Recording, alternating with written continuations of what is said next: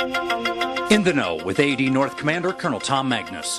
Hey everyone, Colonel Magnus, and I'm here with General Van, Chief of Engineers, and very fortunate to have him here walking the ground with us, talking to the members of our great team. And Chief, first of all, thanks for being with us for these last few days. And we had a chance to get you out to the field and take a look at some of the work. As you get on the plane and leave today, what are some of the things that really hit home with you? What are some of the lessons, the memories that you're going to be pondering as you fly back home? Yeah, well, I'll take many great things away from here, Tom, and thanks for your hospitality. First of all, it's always great to be back at Koala House. I did get a chance to go down to Kandahar, too, and see Tony Funkhauser, and just what I see is a great synergy of what these two districts are doing. In your area, I tell you, there's been huge changes in the last 6 months. And it's just amazing to see the amount of construction, the great quality construction, and the facilities that are being turned over.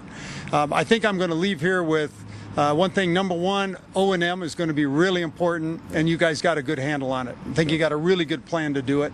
Ultimately, we got to build that capacity and the Afghans to do that themselves. But everything I saw, you're on the right track. You're thinking about the right stuff. Well, you mentioned building capacity, and certainly that, to me, is every bit as important as building projects. You know, what are we going to leave behind when we're done, and you know, what does that mean to you in terms of building capacity, and how do we, you know, achieve your vision for what that might look like here in Afghanistan? Well, I think you've got that right to put that as co-equal missions to actually the infrastructure that you're building. Capacity, to me, it's individual. So you want to build that individual capacity, but you want to build capacity in teams too. That can be built working with a contractor. It can be built working with us in one of our resident offices. I guess ultimately I'd love to see a resident office that is 99% Afghan, that they can do it all, that they know the contracting, they know how to work the change orders, and they can do it. That will then set them up. Now, would a long-term vision be something like an engineer district in the Afghan army? I don't know, but we could prepare some people that they could do that. The other part, and goes back to the O&M, is where are your DPWs? Where are your facilities managers? I think we're going to be able to train those within the Corps individually, but also I think the folks working in Seastica have got to take on some of that. Right. Well, you know, you've had a chance while you were here to meet with General Petraeus and talk, you know, beyond just the kind of the tactical level projects that we're executing, but thinking about some of the strategic direction that we're going with regard to infrastructure. We're not doing a lot of that right now when you think about transportation, water, and electricity, but do you see that as being part of our future here in the short or long term? I do. I think, well, we got some short-term bridging projects in electricity. I think your real future in electricity is to get hydropower. So we're going to need some facilities for that.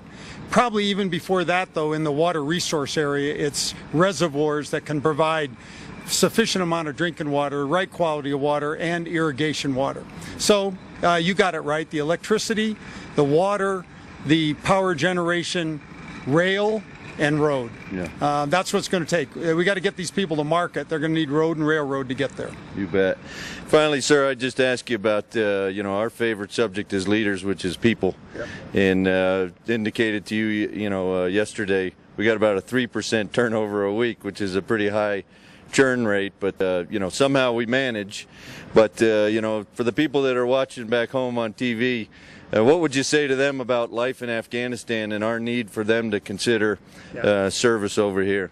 Well, you know, I'm your biggest supporter and recruiter as that goes. First of all, to the folks out there, if you want to get a lot of experience in a short amount of time and operate at probably a level 1 or 2 levels above, and I'll tell you, when I look for leaders, one of the things, you look for what they've done, but you also look for their potential to do the next thing. What I see here, and in your team, you've assembled people that are showing they have the capacity to operate at the next level.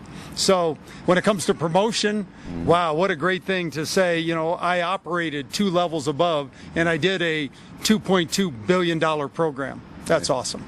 Yeah, and I'm glad you mentioned the people that we already have here, because I guess I'd just close with, you know, maybe your thoughts on as you walked around and you saw them and they were out there, you know, doing the Lord's work, and they're really making a difference, and I trust that you agree with that.